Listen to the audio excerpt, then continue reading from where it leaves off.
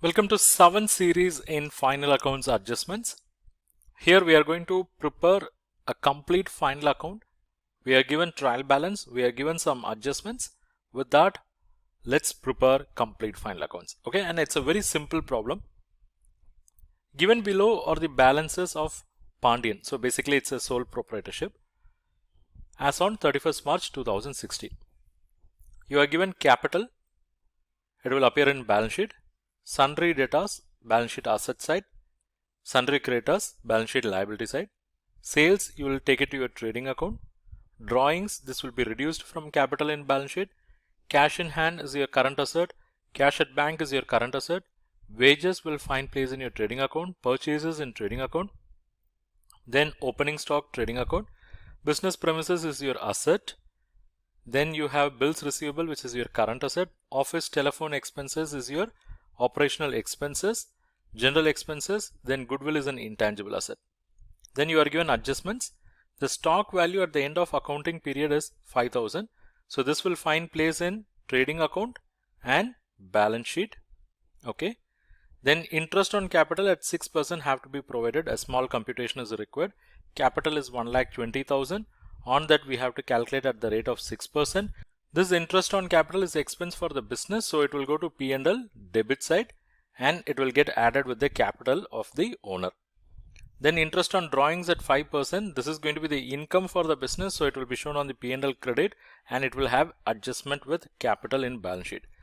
Then you have to write off bad debts amounting to 2,000. This is given in adjustment, so this is over and above if anything already provided. So what will be the impact? One, this will go and have impact on the debtors in the balance sheet, and the other one is it will find place in debit side of P&L account if there is no opening provision. Okay. Then you have to create provision for bad and doubtful debts, which is at the rate of 10%. We have to provide for that also. So let's see, we'll go and prepare final accounts item by item. So what I'm going to do is I'm going to have the entire solution here, but I'll explain point by point. Okay. So let's see. The first item being capital. So where it will find place? It will find place in balance sheet. So let's go to balance sheet. Yeah, here you have balance sheet as on. In that under equity and liabilities. Okay. Even though at your school level and all you will be writing only liabilities, the typical format is will say equity and liabilities. In that the first item is capital. How much? It is 1,20,000.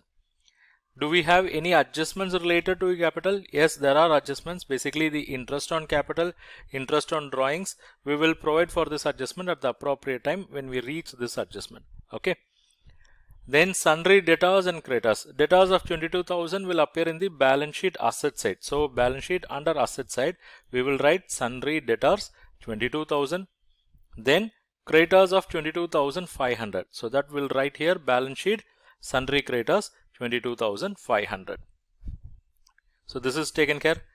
Next is sales.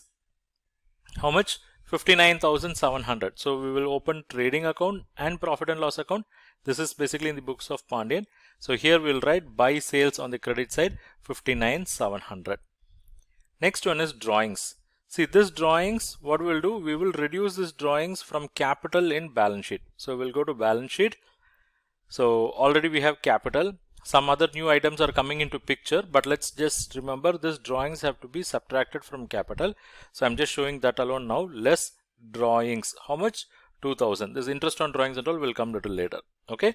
It means from capital we have to subtract drawings of 2,000. That is provided here. Next item is cash in hand. We said cash in hand is an asset. It's basically a current asset. So balance sheet asset side. Here we have cash in hand. How much? 8,200. Then cash at bank, how much? It is 30,000. Let's provide for that as well. Cash at bank is 30,000. Okay. Next, wages. This will find place in trading account only. So we'll go to trading account. Here we'll provide two wages. This is appearing in the trading account debit side 2,500. Next one is purchase. This will also appear in trading account. How much? 10,000. So here you have in trading account you have two purchases. How much? 10,000. Okay. Next one is opening stock. Opening stock is how much? It is 30,000. So this will be appearing as the first item. To opening stock 30,000. That is also taken care. Next one is business premises. Business premises is 60,000. And do we have any adjustment related to this? See, whenever there is an adjustment related to an item given in trial balance, try to put that in inner column. Here you are not given any information about adjustments. Generally, if there is any building, machinery and all, there will be adjustment in the name of depreciation. Here you don't have that, so directly you can take it to the balance sheet asset side. Business premises, will take it to outer column itself, 60,000. Look, sundry debtors we have taken it to inner column because there are some adjustments related to that. Similarly, capital also we have taken that in inner column because there are some adjustments related to that. Okay.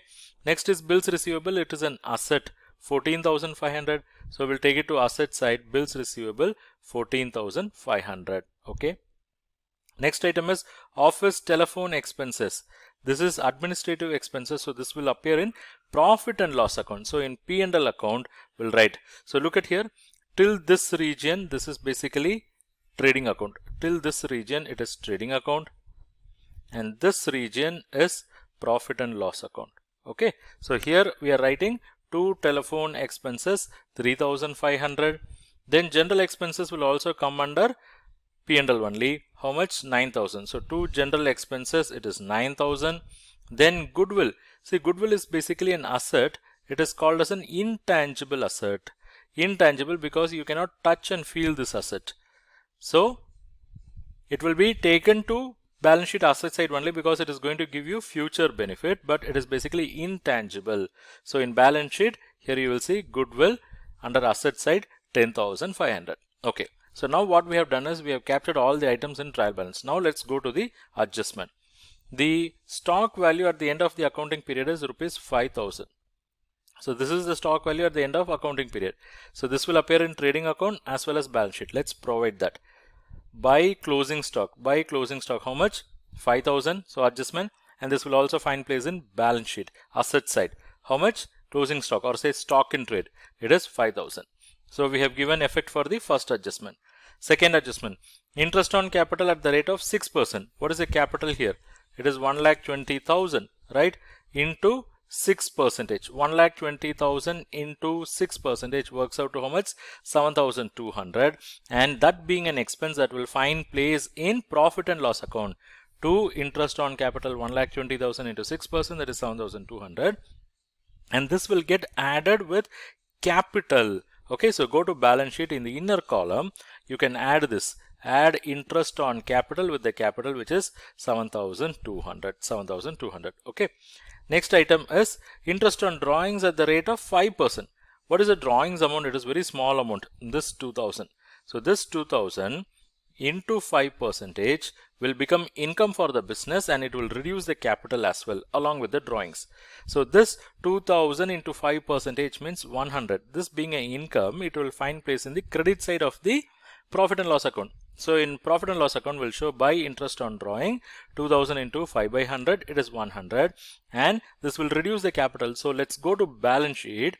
From the capital, let's deduct the drawings. Already we have deducted the drawings. With that, we'll also deduct the interest on drawing. This 100. So 2,000 plus 100, 2,100. This will reduce the overall capital. We'll do that calculation later. Next, coming back to next adjustment, write off bad debts 2,000. So this 2,000 bad debts have to be written off, and this will have impact in two places. One is P&L, the other one is balance sheet. In P&L, we'll write two bad debts 2,000. Question does not give you any information about open provision for bad and doubtful debts. So that's the reason I'm directly taking it to P&L, and this will reduce the debtors as well. So go to balance sheet. Already we have debtors 22,000. From that, less bad debts. How much? 2,000. So now debtors position becomes 20,000. So we have given both the effect. Okay. So these two adjustments, or all the four adjustments, were taken care. Next, create provision for bad and doubtful debts on sundry debtors at 10%.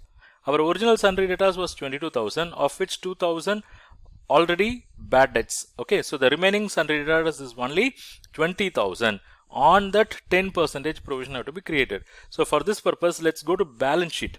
See, from 22,000 we have deducted bad debts of 2,000. So now the debtors is only 20,000. On this, let's create provision for bad and doubtful debts. On this 20,000, it is 10%. So it works out to 2,000. 20,000 minus 2,000, the debtors becomes 18,000 now. And this 2,000 being a provision, being a charge, this will reduce the profit. It means it has to be taken to debit side of profit and loss account as well.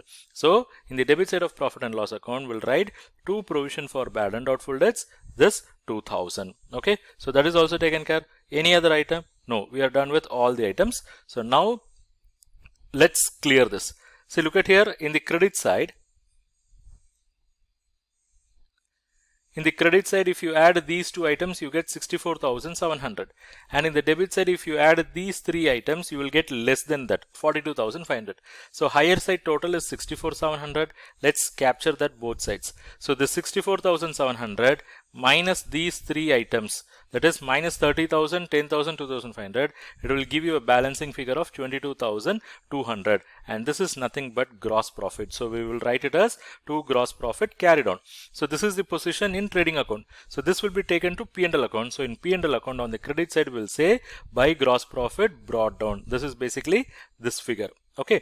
And then we'll add this side. We'll add this side also. We'll see which side we have higher total. 3,500, 9,000, 7,200, 2,000, 2,000. If you add all this, what you are getting is 23,700. Whereas on the credit side, you have only two items. If you add these two, you will get 22,300 only. So whichever side you are getting higher total, you have to write that both sides. 23,700, 23,700. Both sides we have written that.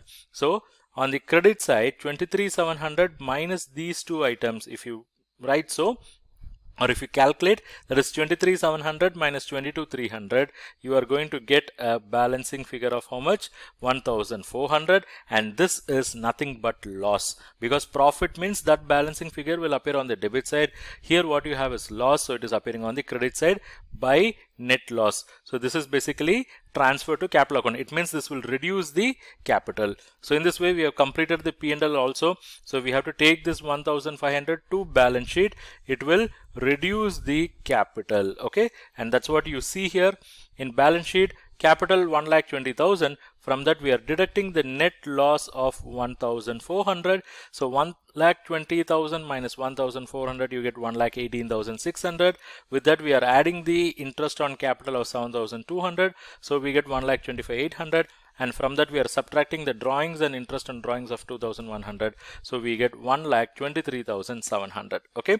With that, let us also add the sundry creditors of 22,500. So this side we are getting a total of 1,46,200. And on the asset side we have goodwill, business premises, stock in trade. Then sundry debtors we have already arrived as 18,000, and these figures already we have carried. If you add all this here also, you are going to get 1,46,200. So in this way we are done with this balance sheet.